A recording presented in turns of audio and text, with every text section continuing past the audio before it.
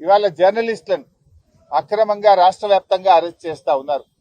రాష్ట్ర వ్యాప్తంగా అరెస్ట్ చేసిన జర్నలిస్టులను వెంటనే విడుదల చేయాలని చెప్పి బీఆర్ఎస్ పార్టీ డిమాండ్ చేస్తా ఉంది.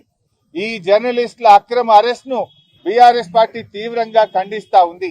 నువ్వేం చెప్పినావు రేవంత్ రెడ్డి? 6 గ్యారంటీలతో పాటు 7వ గ్యారంటీ ప్రజాస్వామ్య హక్కు, ధర్నా చేసే హక్కు మేము కల్పిస్తామని చెప్పినావు. ఇవాళ జర్నలిస్టులు కనీసం బండి దిగి గేట్ కాడికి పోకముందే అరెస్ట్ చేస్తున్నావు. వాళ్ళు ప్రజాస్వామ్యయుతంగా ధర్నా చేసే అధికారం లేదా? దరఖాస్తు ఇచ్చే హక్కు లేదా?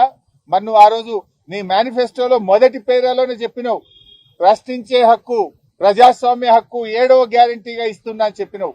ఇవాళ రాష్ట్ర వ్యాప్తంగా జర్నలిస్టుల గొంతు కోసినావు, అందరినీ కోసినావు. ఇవాళ రైతుల్ని కోసినావు, కార్మికుల్ని కోసినావు, విద్యార్థుల్ని గొంతు కోసినావు, నిరుద్యోగుల గొంతు కోసినావు. లాస్ట్ కు ప్రజాస్వామ్యంలో 4వ పిల్లర్ అయినటువంటి జర్నలిస్టుల గొంతు కూడా కోసినావు కదా. ఇవాళ కేసీఆర్ గారు ఉన్నప్పుడు 26,000 అక్రిడేషన్ కార్డులు ఇచ్చారు. జర్నలిస్టుల కోసం 100 కోట్ల రూపాయల కార్పస్ ఫండ్ను ఏర్పాటు చేశారు. కరోనా వస్తే జర్నలిస్టులను కాపాడుకున్నారు. జిల్లాల్లో జర్నలిస్టులకు ఇండ్ల స్థలాలు ఇచ్చింది బీఆర్ఎస్ ప్రభుత్వం. రేవంత్ రెడ్డి వచ్చిన తర్వాత ఆ రోజేమో గొప్ప గొప్పగా చెప్పిండు, గవర్నమెంట్లకు వస్తే చాలు, ఓడదాటేదాకా ఓడమల్లప్ప, ఓడదాటాక బోడమల్లప్ప. ఆనాడు ఏం చెప్పిండు? మేము అధికారంలోకి వస్తే జర్నలిస్టులకు ఇండ్లు కట్టిస్తాం, ఇండ్ల స్థలాలు ఇస్తాం, యూట్యూబ్ వాళ్ళకి ఇస్తాం, సోషల్ మీడియాకి ఇస్తాం, ఇంకా అక్రిడేషన్ కార్డులు పెంచుతా అన్నాడు. ఇవాళ ఏం చేసిండు? 26,000 మందికి కేసీఆర్ గారు అక్రిడేషన్ కార్డులు ఇస్తే 10,000కు తగ్గించారు.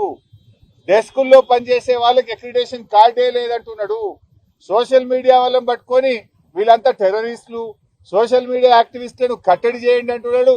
వాళ్ళ మీద కేసులు పెట్టి జైళ్లలో వేస్తున్నాడు. సోషల్ మీడియా యాక్టివిస్టులను అవమానపరిచే విధంగా రేవంత్ రెడ్డి మాట్లాడుతూ ఉన్నాడు. ఉగ్రవాదులతో పోలుస్తా ఉన్నాడు. ఇంత దుర్మార్గమా? నువ్వు అక్రిడేషన్ కార్డులు పెంచుతానని 26,000కి 10,000 ఎట్లా చేస్తావు? నీ అన్యాయాన్ని దరఖాస్తు పెట్టడానికో ప్రశ్నించడానికి వస్తే అక్రమంగా అరెస్ట్ చేస్తావా? ఈ అరెస్టులను ఖండిస్తున్నాం. తక్షణమే వాళ్ళని విడుదల చేయాలని డిమాండ్ చేస్తున్నాం. 26,000 అక్రిడేషన్ కార్డులను పునరుద్ధరించాలని చెప్పి బీఆర్ఎస్ పార్టీ పక్షాన డిమాండ్ చేస్తున్నాం.